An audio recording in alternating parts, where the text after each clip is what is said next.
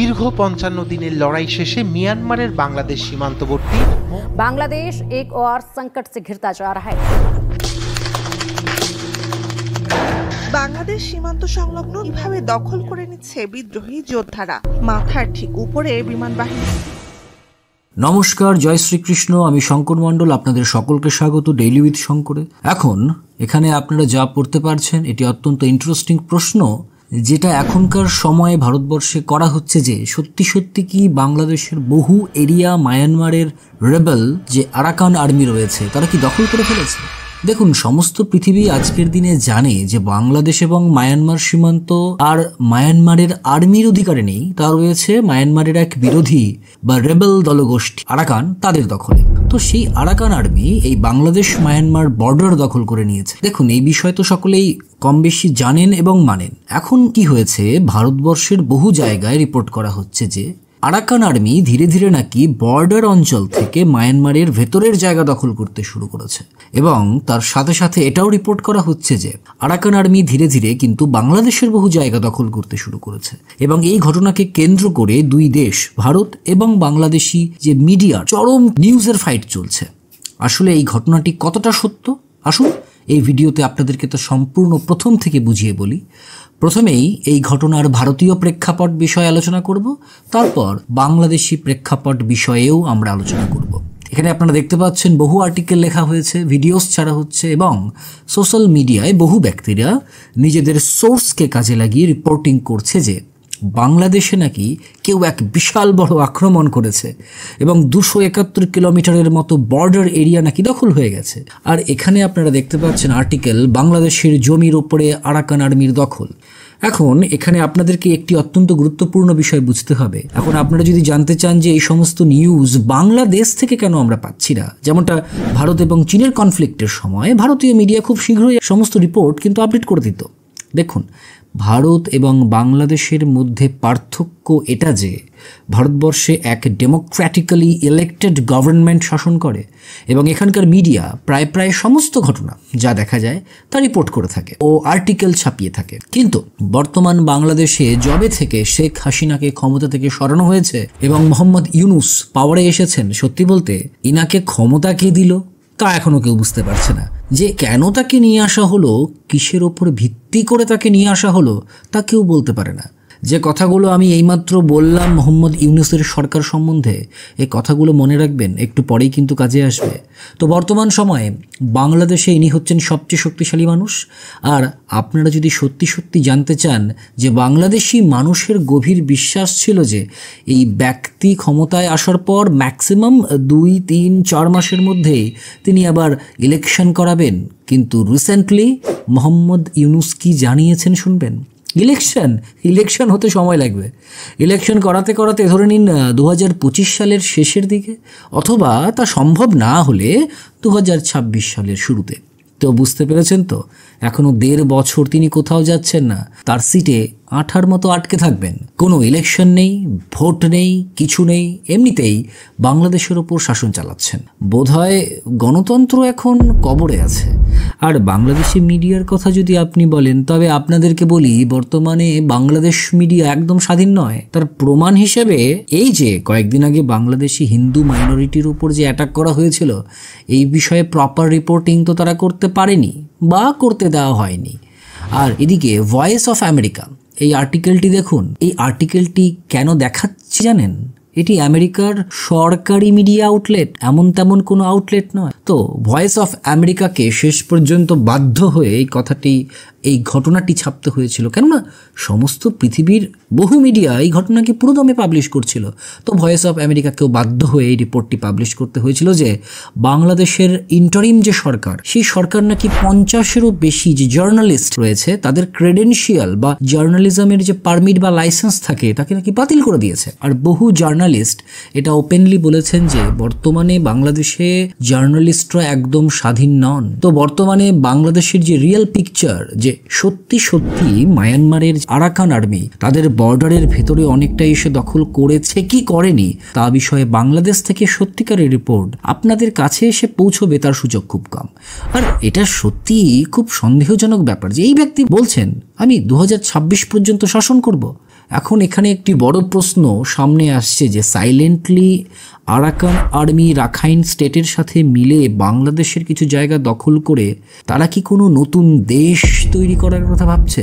দেখুন, এখানে আমরা এই সমস্ত ঘটনার পসিবিলিটি বা সম্ভাবনার কথা বলছি, কেননা আপনাদেরকে মনে রাখতে হবে আমরা এখানে এমন একটি দেশের বিষয়ে কথা বলছি যেখানে কোনো প্রপার ডেমোক্রেসি নেই, জার্নালিস্টদের মাধ্যমে কোনো প্রপার রিপোর্টিং তো করা যাচ্ছে না।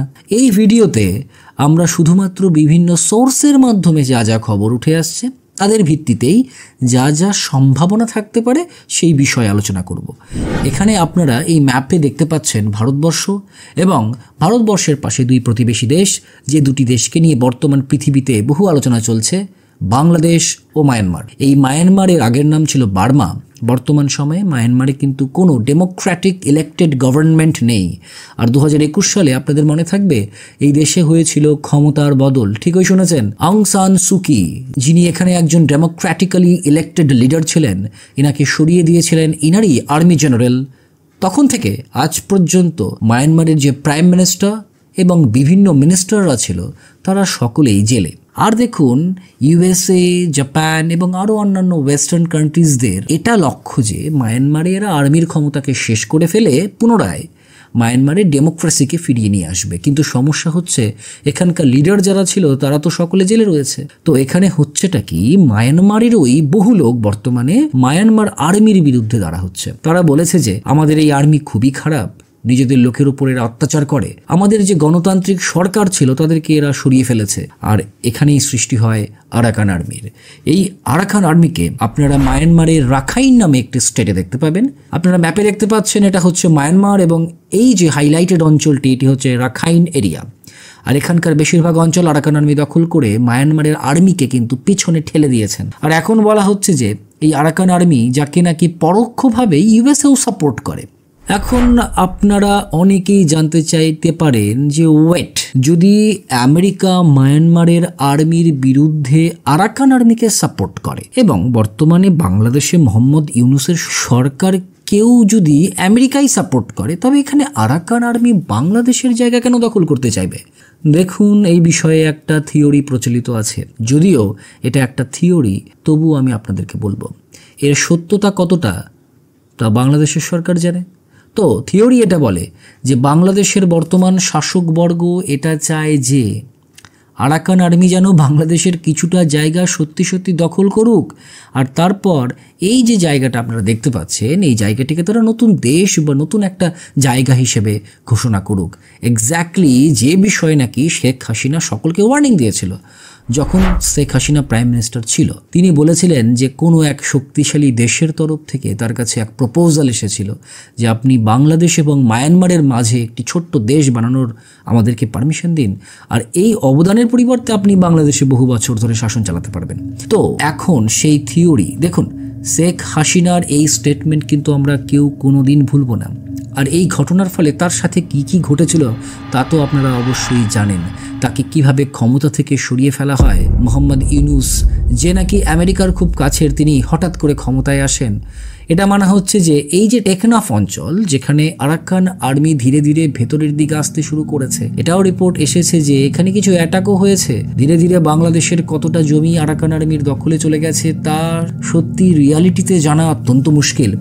এখন বাংলাদেশি মিডিয়ার প্রেক্ষাপট থেকে আমি বলি, বিভিন্ন বাংলাদেশি গণমাধ্যমের কথায় মায়ানমারের আরাকান আর্মি বাংলাদেশের সীমান্তবর্তী মুংদাও শহরের সীমান্তবর্তী অঞ্চল তো আগে থেকেই দখলে ছিল, বর্তমানে তারা আরও 271 কিলোমিটার জায়গা দখল করতে সক্ষম হয়েছে এবং আরাকান আর্মি বাংলাদেশ এবং মায়ানমারের মাঝে থাকা নাফ নদীতে চলাচলের ওপর নিষেধাজ্ঞা জারি করেছে। বাংলাদেশি গণমাধ্যমের মতে আরাকান আর্মি কোনোভাবেই বাংলাদেশের সীমানা পেরিয়ে ভেতরে এসে পৌঁছায়নি। তবে যাই হোক না কেন, এই ঘটনার ফলাফল যে কোন দিকে যাচ্ছে তা বাংলাদেশ বুঝতে পারছে না, না বুঝতে চাইছে না, তা তো সময়ই বলবে। তবে শেখ হাসিনার যে সতর্কবার্তা বাস্তব রূপ নিতে শুরু করেছে প্রায় সকলের কাছেই ব্যাপারটা স্পষ্ট। তো সত্যি সত্যি যদি এটা হয়ে থাকে তবে আমি বলবো বিশাল বড় এক জিওপলিটিক্যাল ইনসিডেন্ট বা ঘটনা এটা। আর এই যে থিওরি, এই থিওরি সাপোর্ট পায় এই ঘটনা থেকে যে দেখুন বাংলাদেশে RAB বা র্যাপিড অ্যাকশন ব্যাটালিয়ন নামে একটি ফোর্স রয়েছে, খুবই ইম্পর্টেন্ট একটা দল। শেখ হাসিনার সময় তার স্থাপন করা হয়েছিল।